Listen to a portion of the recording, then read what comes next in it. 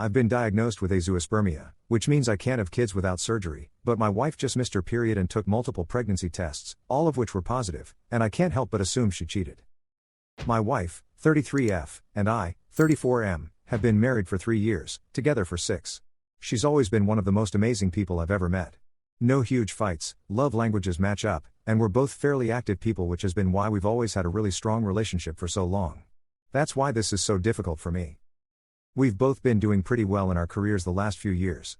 She's in marketing and I work independently as an IT consultant, allowing me to set my own hours and be pretty flexible. We decided last year that we wanted to start a family, her most likely keeping her job full-time and me scaling back to part-time. We've both been anxious but pretty excited to have our own kids. Long story short, I was diagnosed with azoospermia last December. Blockage in the pipes just meant I wasn't actually producing any sperm when finishing. It's curable with surgery, thankfully, and we finally got it scheduled this July. She's got a high drive, as do I, so we've still been very active, but there should have been no way I could have gotten her pregnant. She missed her period this week. I couldn't imagine that she might actually be pregnant, right?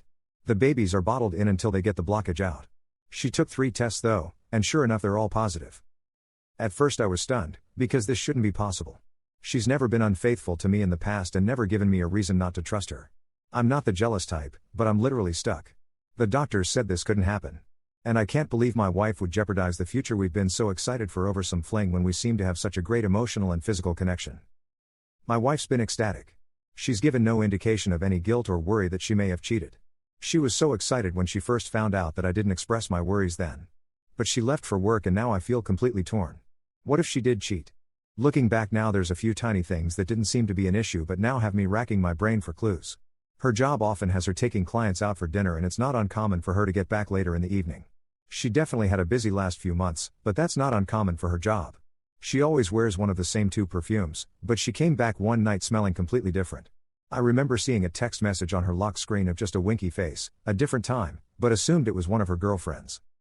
Fudge man, I don't know what to do.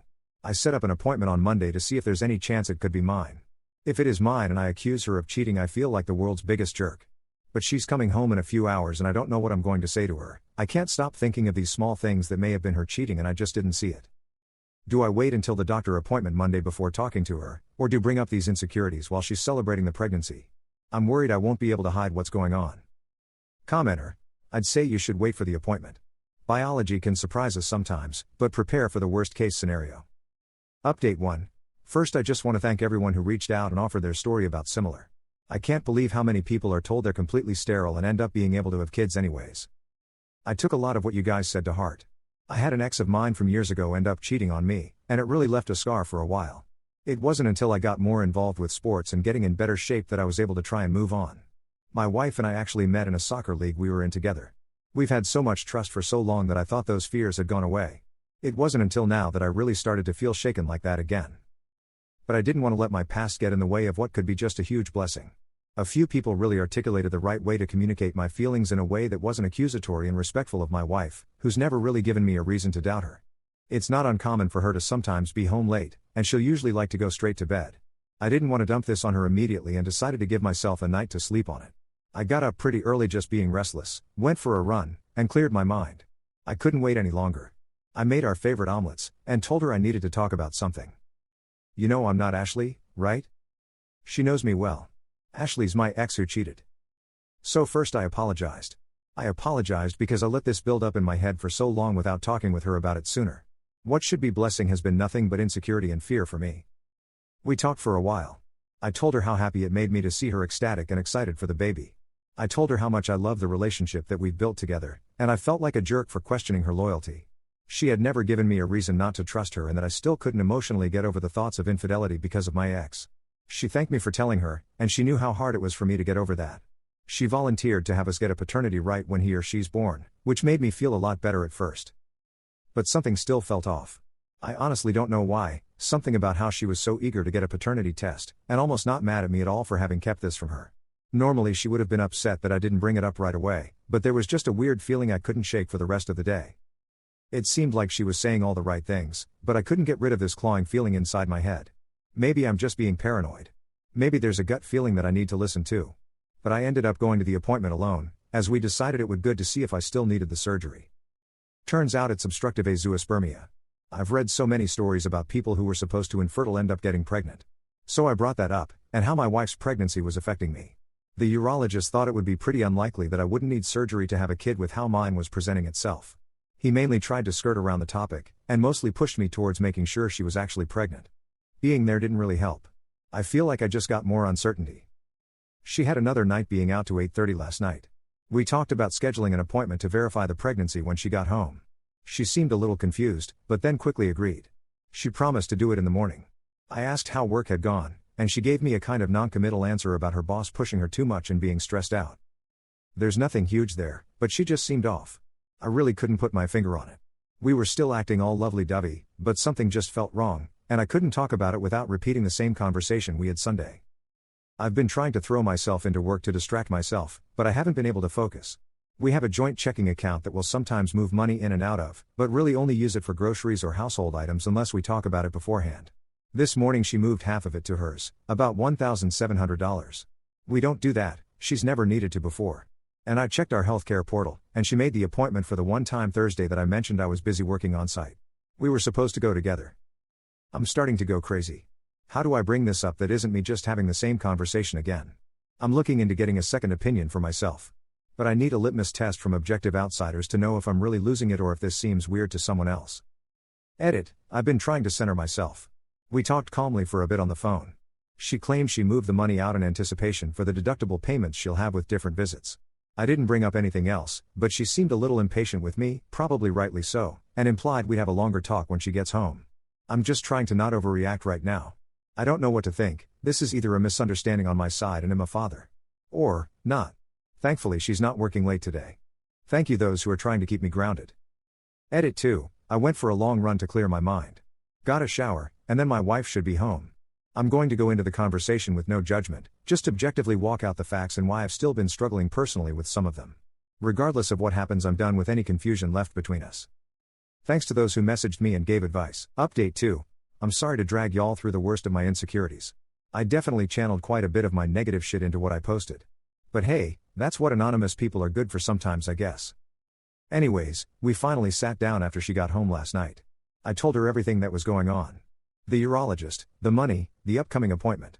I told her how, even with all her reassurances, too many suspect things kept happening. She agreed how everything looked, and immediately apologized. She didn't realize how much my last ex's cheating was still affecting me. She knew I was off going into the weekend, but thought we addressed that. We talked about it Sunday, but I can get pretty internal with all these worries and not show them outwardly. And so while she had thought we were communicating, I wasn't. We decided to start from the beginning and go through everything together. The money was the real problem for me. She agreed how inconsiderate it was with where my head was at to do that without mentioning it. Apparently the prenatal visits are so structured that they want you to set up a payment plan with them right away, and she wanted to make sure it was squared away to keep the appointment. She offered without me prompting to call them with me tomorrow to verify that, or if I really wanted we could move the money back.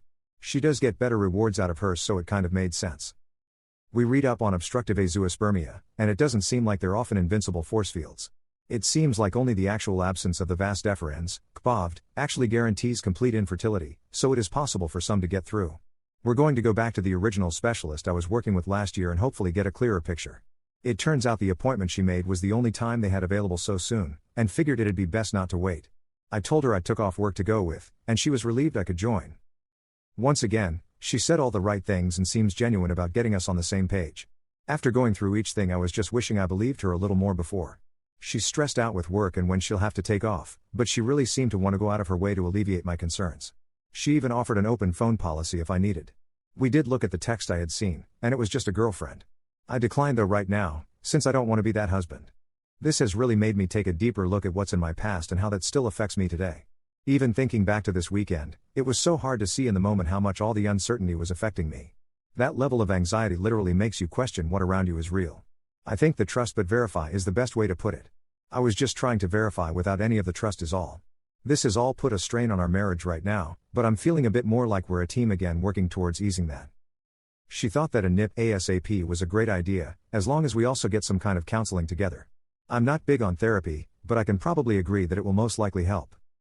I'm feeling a little better about everything. Thanks again to everyone who reached out and shared their own story. Every other comment here I read was a story of a family member who was supposed to be barren and ended up popping out triplets, and most of all those who helped me try to communicate fairly through all of this. It's time for me to hopefully be a father. Edit, the paternity test came back initially positive for anyone that's going to see this. Commenter 1.